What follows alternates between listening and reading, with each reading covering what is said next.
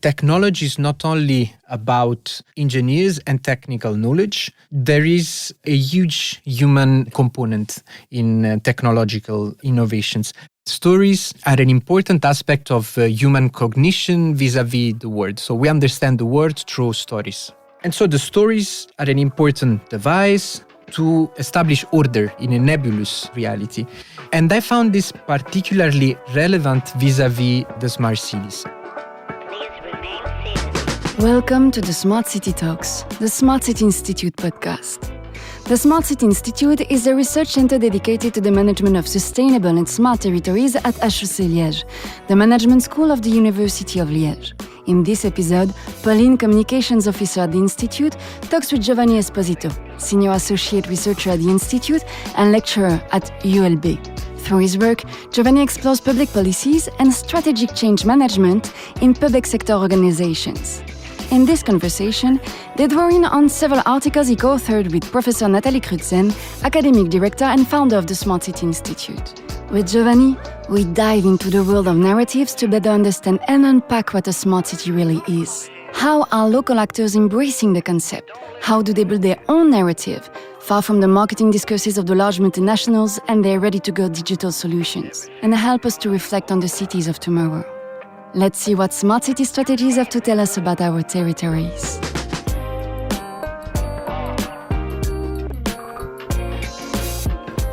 And to dive right into the topic, Pauline asked Giovanni, can you explain your work in 2 or 3 words?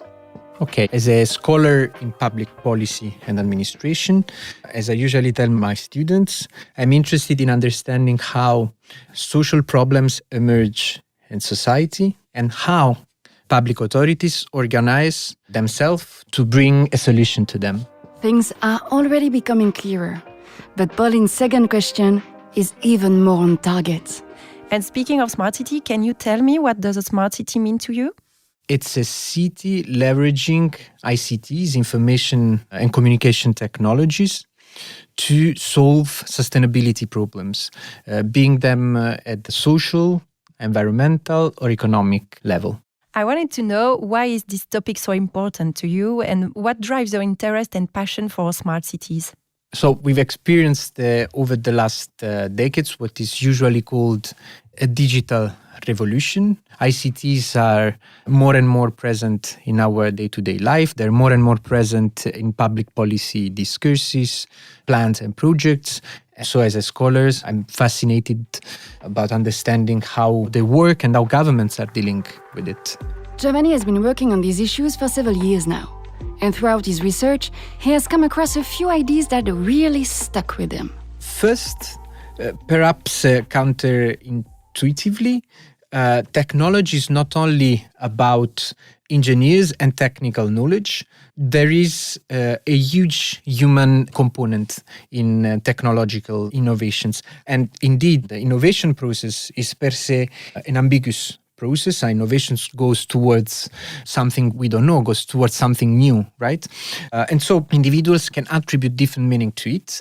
And this is something which is properly human. So the first interesting thing I've encountered with my research is that this idea of one size does not fit all, that depending on the context and people you talk to, technology takes different meanings.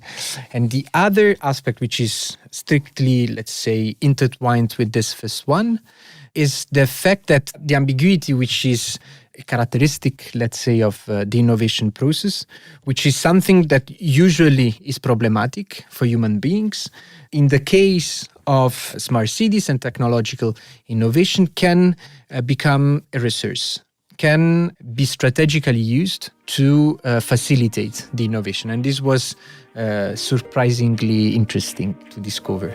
But conducting research isn't always as simple as putting theory down on paper. Sometimes you run into obstacles, as Giovanni explains.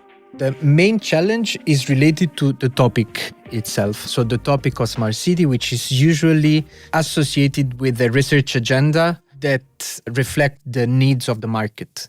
So sometimes it is perceived as a research work whose objective is just to legitimize and justify the diffusion and spreading of this corporate notion, which is smart city. So the first obstacle is a legitimacy problem I have encountered with colleagues telling me that I was unconsciously working at the service of corporate interests. So I would say this is the main obstacle I have met, and which is basically influenced a lot my research agenda, because much of my work has been about deconstructing the notion of smart cities and understand to which extent this is, let's say, merely construct an object that reflects the corporate interest, or there is something more. The term smart city can easily be misunderstood and has often been co-opted by large multinational corporations. Yet, research on smart cities has so much to offer when it comes to shaping the future of our territories. In one of the articles Zico wrote, Giovanni discusses the idea that one size does not fit all, which he has already mentioned. But how did they come to that conclusion? The idea of one size does not fit all is strongly connected to the way I started working on this topic and the broader context within which the notion of smart city was born decades ago. So we all know that the notion of smart city, if we go back to the origins, this has developed within a corporate environment, IBM, Cisco, or Google itself. And in this corporate environment, the notion of smart city was presented as a ready-made solution, technological solutions, sensors, data, dashboards to improve the functioning of urban environments, of cities. This was basically, let's say, the broad story within which I was navigating at the beginning when I was starting working with the notion of smart cities at the Smart City Institute at the University of Liège. And when I arrived at the Smart City Institute in Belgium, I was then coming from a previous postdoc experience in Italy. I immediately realized that the notion of smart city was kind of polymorphic, polysemic, we can say, in the sense that different public authorities, different municipalities were using this concept differently. There was always the core idea that smart cities were about technological innovation, but the way how technologies were developed was very different from a context to context. So when Giovanni joined the Smart City Institute, he started looking with his colleagues into the strategies that already existed in Belgium. Strategies being developed at different territorial levels. In fact, while working on one of their papers, he focused on what was happening at the regional level. In some context, say the Brussels region, smart cities were more about improving governance or boosting environmental sustainability. Whereas in Wallonia, the notion of smart city was mobilized in relationship to economic transition that the region was experiencing from a Fordist economy, mainly centered on large manufacturing industries, towards a new economic identity centered on digital economy. And so I was immediately confronted with the idea that one size does not fit all. I mean, that one notion of smart city does not necessarily work in another context. And so this led me to my first study, my first paper, the one titled One Size Does Not Fit All, which was exactly about this, which was about understanding the different regional strategies for smart city development. In Wallonia, this strategy was framed within the Digital Wallonia strategy, and in Brussels, we had the Smart Brussels strategy. And what was interesting to notice was that technology here was not the starting point. The starting point were different needs of the territories, different problems to which the two regions were confronted, and the notion of smart city and the ICTs that go along with this notion were rather presented as means to achieve ends such as economic sustainability, social sustainability, or environmental sustainability. And much of this work was about understanding the internal logic of these documents. And to unpack it, to understand the vision behind these stories, my focus was on the stories. And this is why much of my work was about the narratives, the policy narratives behind these strategies, these regional strategies. If we take the example of the Walloon region and the Brussels capital region, it all starts to make sense. The smart city narratives built by Wallonia are very different from those of the capital. And for Wallonia, they've helped initiate an economic transition from heavy industry to a digital economy. When I read your papers, I saw that you use a very specific lens, the narrative theory, like you just mentioned. Can you tell me what led you to approach smart city policies from that angle? And why do you think it's such a relevant way to look at them? As human beings, we rely on stories to make sense of the world within which we live. We use stories to make sense of events, experiences, emotions, and by making sense of them, we order them as well. So somehow the stories allow us to move forward in life. Okay. So in this sense, stories are very important to humans, and stories are an important aspect of human cognition vis-a-vis the world. So we understand the world through stories. And this is since the antiquities. If we go back to the myths were stories about the world. And these stories enabled societies to organize themselves. And so the stories are an important device to establish order in a nebulous reality. And I found this particularly relevant vis-a-vis the smart cities. As I said, when I arrived in Belgium, I realized that one size does not fit all. So there were different ways of conceiving, understanding the smart cities. And it immediately appeared to me relevant to rely on the narrative policy framework as a theoretical and methodological to unpack the way how different public authorities were making sense of a new concept, a concept that was at the beginning developed in the corporate world and later on migrated into the public sector. So for those who are not familiar with it, could you explain what narrative theory is all about and what's the core idea behind it? Okay, so the idea underpinning the narrative policy framework, it's pretty simple, at the same time very powerful. Why? Okay, let's go back to the definition of public policy. So we understand why the narrative policy framework is very relevant. So public policies refers to the process through which a problem emerges in society. And so the process through which a problem is defined, conceived, understood by public authorities. And at the same time, it refers also to the solutions that later on are developed to solve these problems. So if we stick to this definition, then the narrative policy framework becomes very relevant. Why? Because basically the narrative policy framework tells that each public policy is based, generally speaking, on a certain context, the settings of the stories. The settings most of the time are mobilized to highlight a problematic that has to be solved by the government or any other public authority. And then it tells us that in this setting, there are villains who are responsible for these problems. There are victims, so those who are harmed by the problem, which is the starting point of the stories. And there are heroes who carry on and work basically to relieve the victims from the harm of the villains. The story always goes towards an end that usually goes with a moral of the story, where usually lead to the resolution of the initial problem. So the framework based on this gives you a very simple but very effective way to understand how within a policy document, governments are making sense of the context in which they live, of the actors they have on the territory, and the different roles that these actors have vis-a-vis the problem and the solution that needs to be developed to address it.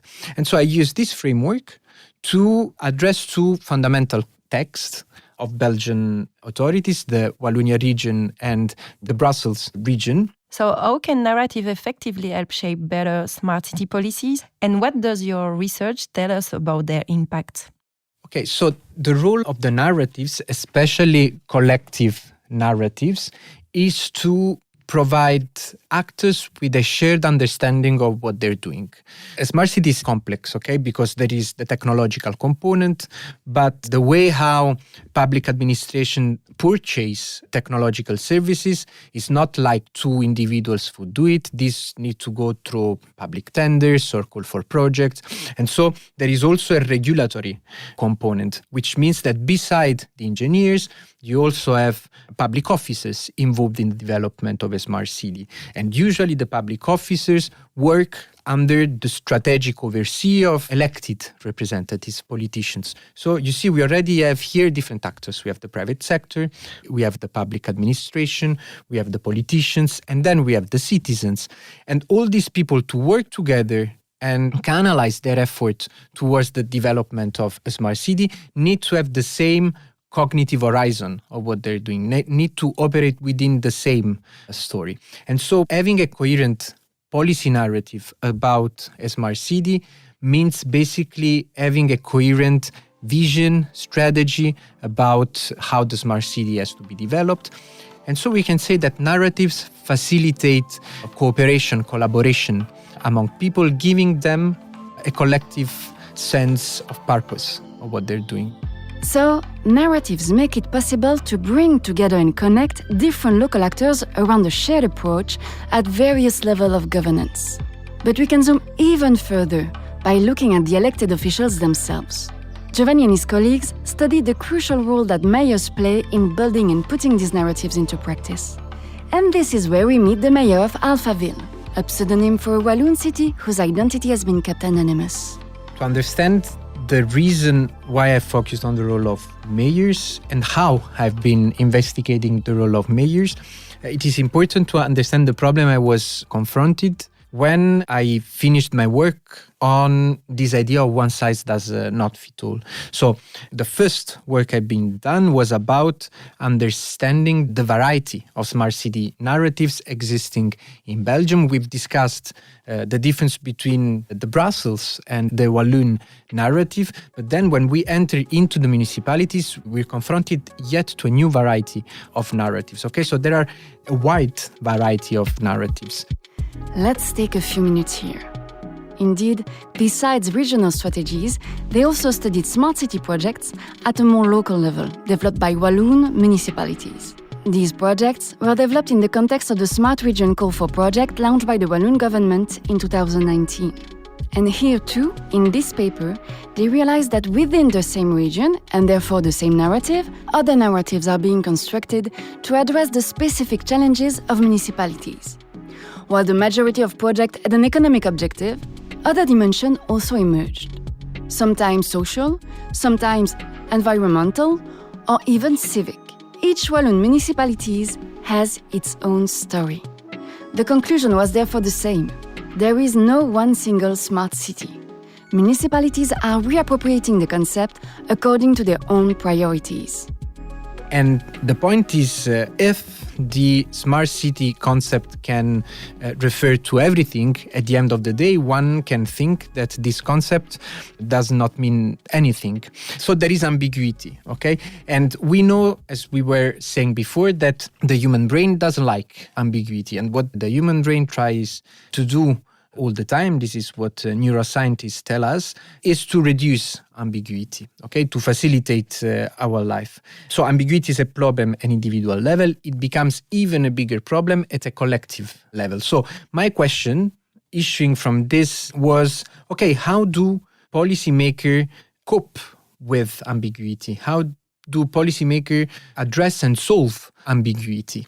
And this led me to shift the focus from the stories, the smart city narratives, to those who create the stories, those who make the policies. And this led me to work on Alphaville, which is a fictionary name that I give to this Belgian city to preserve its anonymity. And what I discovered actually is that counterintuitively, the ambiguity is not necessarily a barrier to innovation. Actually, if ambiguity is embraced since the early stages of the innovation process, can be a resource. How? First, because if the identity of something is not defined at the beginning, This leaves margins to those who are interested in the innovation to position themselves and contribute to shape the definition and the innovation itself. So the ambiguity can be used since the beginning to let other actors, stakeholders, to contribute to the innovation process. And so in this sense, ambiguity can be strategically used by policymakers in the development of a smart city. And this was exactly what happened in the case of Alphaville. So the mayor was elected, and in his electoral program, an item was the development of a smart city. He goes to the government and he has to start developing this smart city. And what he does is to embrace, as I said, since the beginning, the ambiguity of the concept. So basically, rather than starting from the technologies, he starts from the problems of the city. So he puts all the actors around the table. His alderman, the directors of the administrations, coming from different policy sectors, mobility, urban planning, economic development. And he tells them, you are free to propose the project you want, being it about mobility, about the economy, about urban planning, as long as you rely on technological solutions in the project you propose me. So it was at the same time a structuring framework, but also a flexible one. Structuring because there was a condition. The condition was to use the technology, ICTs. But the flexibility was about the problems to be addressed through technology. And this was actually very effective. So the different aldermen and directors involved, administrative directors, came up with different projects. And these projects were grouped into a bigger program, which was submitted to European Union. And this way funded were secured to implement this project. So this is a case in which the ambiguity, rather than being an obstacle to collaboration and cooperation among different actors, become an enabler, basically a facilitator. At the Smart City Institute, we've created a practical handbook that offers a methodology for building a smart city strategy. This handbook aligns with what Giovanni just said, by stressing that the support and involvement from elected officials and mayors are key to these projects. However, during our events and training sessions, we've often heard from local actors that they struggle to raise awareness among elected officials. So, to wrap up this episode, does Giovanni have any recommendation for mayors? So, the first recommendation is that, as we said, technology is a means.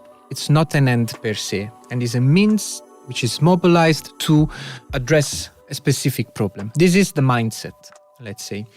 Once this mindset is established, the question is to start from the context. So since the problem is the departure point, the problem needs to be defined in relationship to the context within which the public authorities operate, or the mayor operates. And starting from the context means starting from the actors that operate within the territories, the citizens, the private sector, of course, which most of the time has the resources to undertake and develop some projects. But then there are the citizens. At the end of the day, are the ultimate source of legitimacy of the mayor itself, and the civil society, which knows the territory, knows what are the problems. So starting from the local context is the first thing, rather than starting from sensors, dashboards, technologies. And, very important, not all problems are necessarily solved and addressed through technology. So it's important that the problems that are addressed through smart cities are problems that need a technology to be solved. So this is the first thing. And the other thing is about how this process should be governed. Okay? So it's not the mayor alone, or let's say his political staff. It is important that the governance is collaborative, as in the case of Alphaville. Mayor has worked with these administrative services, and I would go beyond. It is important to involve in the process the citizens and the civil society. So, and if we stick to the jargon of the literature, of the researchers of this field, I would say that policymakers should rely on triple helix models of innovation. So models that beside the public and the private also involve the citizens and the civil society. To sum up, Local authorities need a smart city strategy that sets goals tailored to the specific characteristic of their territory, involving all stakeholders, including citizens, and to make it all work, everything must be embedded within a story that gives meaning to the whole. If you'd like to explore Giovanni's and the Smart City Institute research further, you can visit our website at www.smartcityinstitute.be. You will find all our tools and publications, including our Smart City practical guides and much more to inspire your own Smart City reflections. All the resources we mentioned are available in the link provided in the episode description. And finally, to stay up to date with our latest news, join us on social media.